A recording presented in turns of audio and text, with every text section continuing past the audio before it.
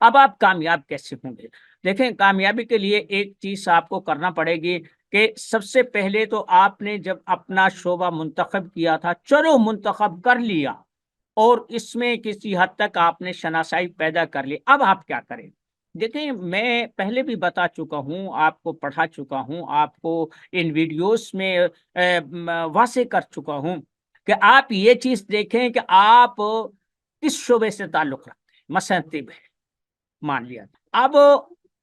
دنیا میں دو چیزیں کبھی ختم نہیں ہوتی، ایک روزی روٹی، ایک کپڑا پہننا، اور تیسرا جو ہے نا، ہم یہ شعبہ لازمی طور پر شامل کر سکتے ہیں، یعنی دو کے بجائے تین کر لیں، کہ ایک کھانا پینا۔ یہ جب سے آدمی جنم لیتا ہے اور جب تک قبر کی اوٹ میں جاتا ہے، اس وقت تک ان کی ضرورت ہوتی ہے۔ کھانا بھی اس نے ہے، پہننا بھی اس نے ہے، بیماری کی حالت میں ادویات بھی استعمال کرنا۔ اب آپ ایک چیز پر فوکس کریں کہ آپ یہ چیز دیکھیں کہ کون سی ایسی بیماری ہے جو کامن ہے، یا وہ ایسی بیماری ہے جس سے لوگ زیادہ پریشان ہیں، طبیب حضرات، ڈاکٹر حضرات، محققین اس سے پریشان ہیں، اس کا حل نہیں ہے۔ آپ کوئی بھی چیز لے سکتے ہیں، کوئی ضروری نہیں ہے۔ مثلا ہم دیکھیں نا، بابا آدم علیہ السلام سے لے کر یہ سلسلہ شروع ہوا اور یہ قیامت کی صبح تک چلے گا، لبا پوتی، یہ جو میک اپ ہے، اور یہ بناؤ سنگار ہے، فیشن ہے، یہ ہے۔ اب جو لوگ فیشن کرتے ہیں، فیشل کرواتے ہیں، یا رگڑائی شگڑائی کرواتے ہیں، یہ چیزیں کرواتے ہیں، وہ کچھ دنوں کے بعد جو عورتیں ہوتی ہیں وہ تیز سے تیز کریم، تیز سے تیز بلیچ استعمال کرتی ہیں، کچھ عرصے کے بعد ان کے داڑھی کے بال نکل آتے ہیں۔ میں آپ کو ایک مثال دیتا ہوں۔ اب اس کی مختلف صورتیں ہیں۔ اسے ریموو کرنے کی، کوئی اس کی شیو کرتا ہے، کوئی اس کو مختلف غازیں استعمال کرتا ہے، کوئی اسے لیزر لگواتا ہے۔ یعنی یہ ٹیکنالوجی کہ اس چیز کی پریشانی اتنی بڑھی کہ ایک کریم پاؤڈر سے، ایک صفوف اور ایک ملغوبے سے لے کر، غازے سے لے کر، اب لیزر تک اس کو ریموو کرنے کو، اس کو ختم کرنے کے لیے لوگ کوشاں ہیں، اور اس کی سرجری تک کروائی جا رہی ہے۔ اب آپ صرف یہ چیز دیکھ لیں کہ عورتوں کی مونچھیں نکل آئیں اور یا داڑھی نکل آئے، آپ صرف اس پر غور کریں کہ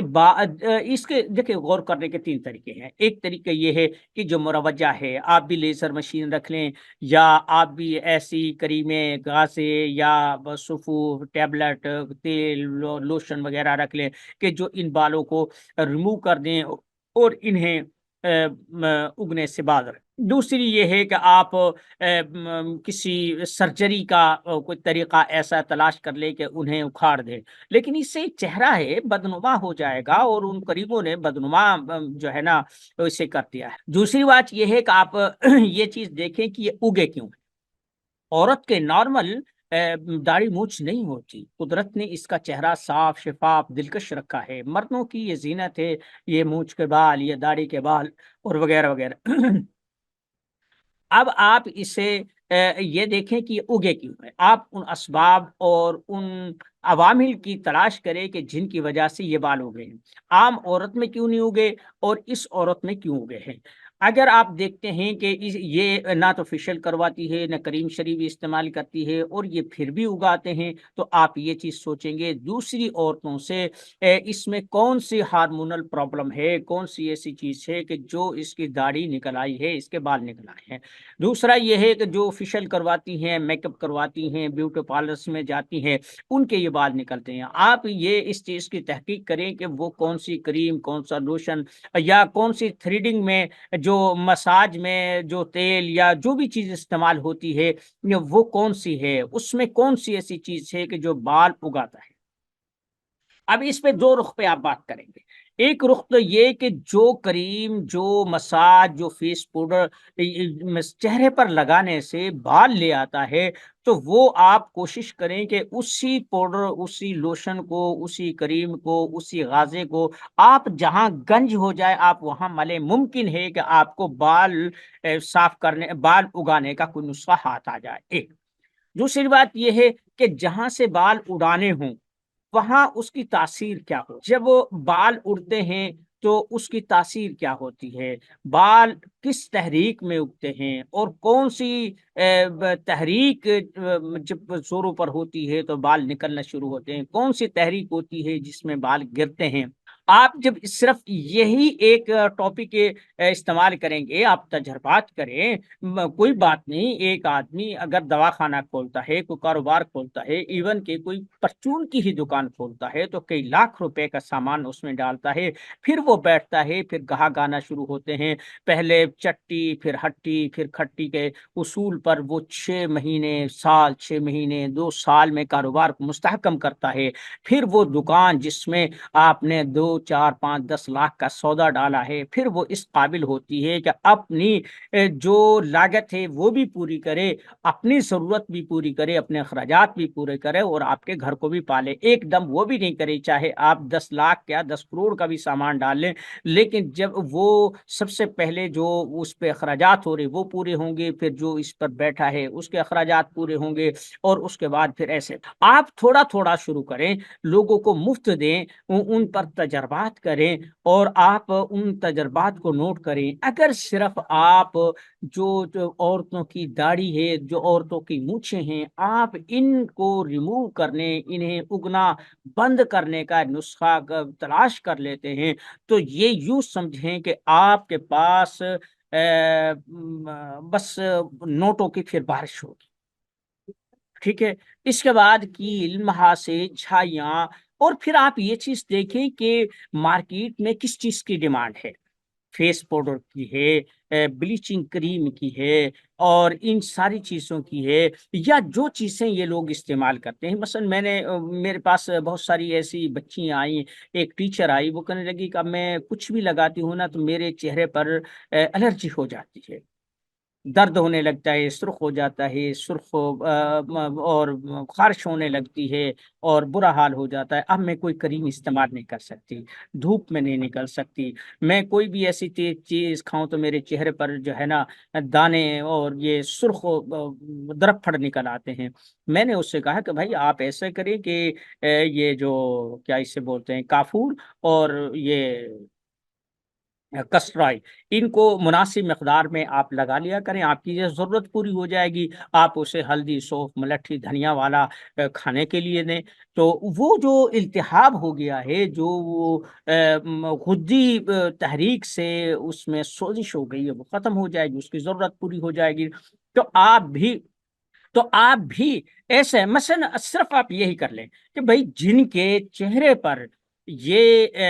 انفیکشن ہو چکا ہے، میرے پاس یہ لوشن ہے یا تیل ہے، آپ یہ نیم گرم پانی سے دھو کر، اور اس پہ سب سے پہلے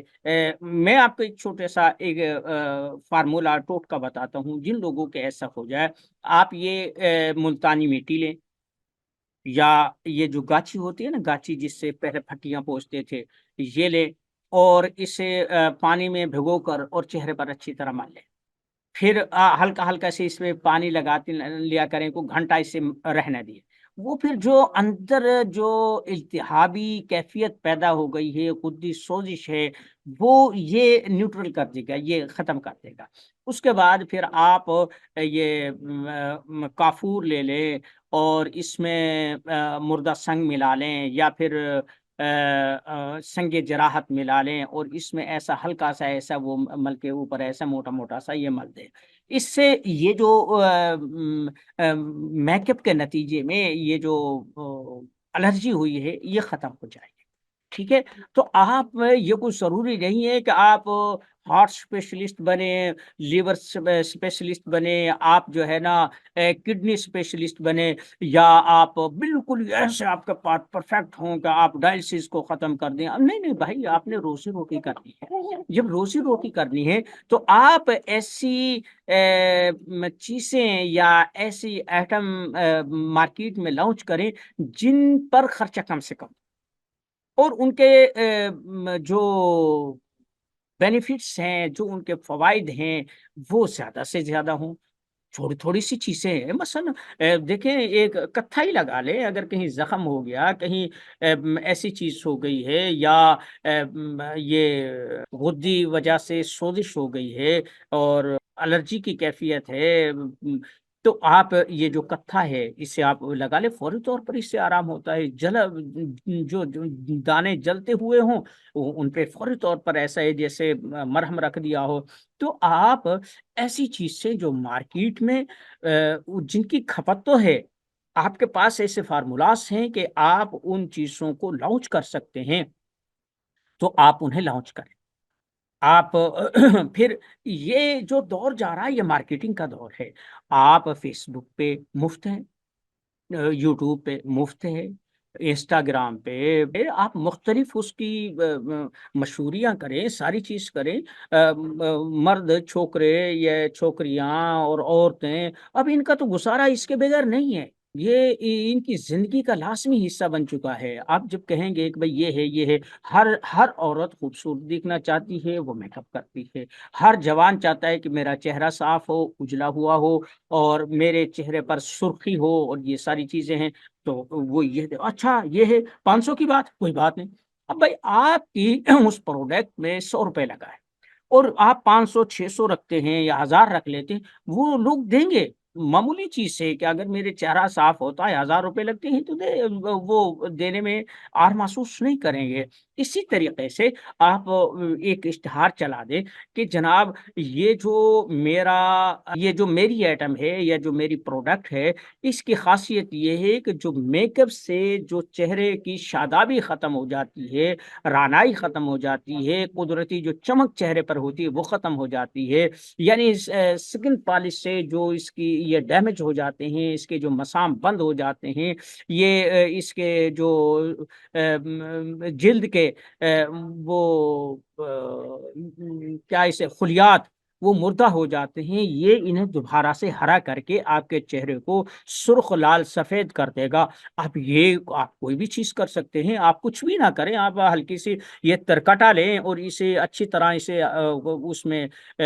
کھرل کر دیں، تیل میں کھرل کر دیں، کسی میں کر دیں، وہ لگائیں، فوری طور پر آپ کا چہرہ تمتمانے لگے گا، اور جہاں جہاں وہ چیز لگے گی وہ خون کی روانگی باہر کی طرف آئے گی، آپ کا چہرہ سرخ و سفید ہو جائے گا۔ تو یہ ٹرک ہوتے ہیں۔ اب کوئی ضروری نہیں ہے کہ بھائی کالی مرچ ضروری مسالے میں استعمال ہو، یا ضروری جو ہے نا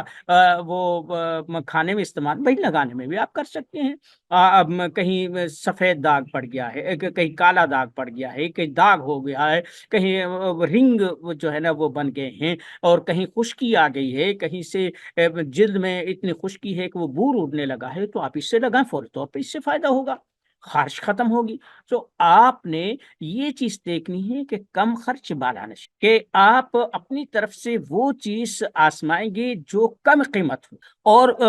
آزمائیں گے اس مرض میں کہ جس کی کھپت زیادہ ہو، مارکیٹ زیادہ ہو۔ تو جب آپ ایسی چیز کریں گے تو کچھ دنوں میں آپ کی اگر ایک بھی پروڈکٹ پروان چڑھ گئی، ایک بھی پروڈکٹ وائرل ہو گئی، تو پھر آپ کے بچوں کی روزی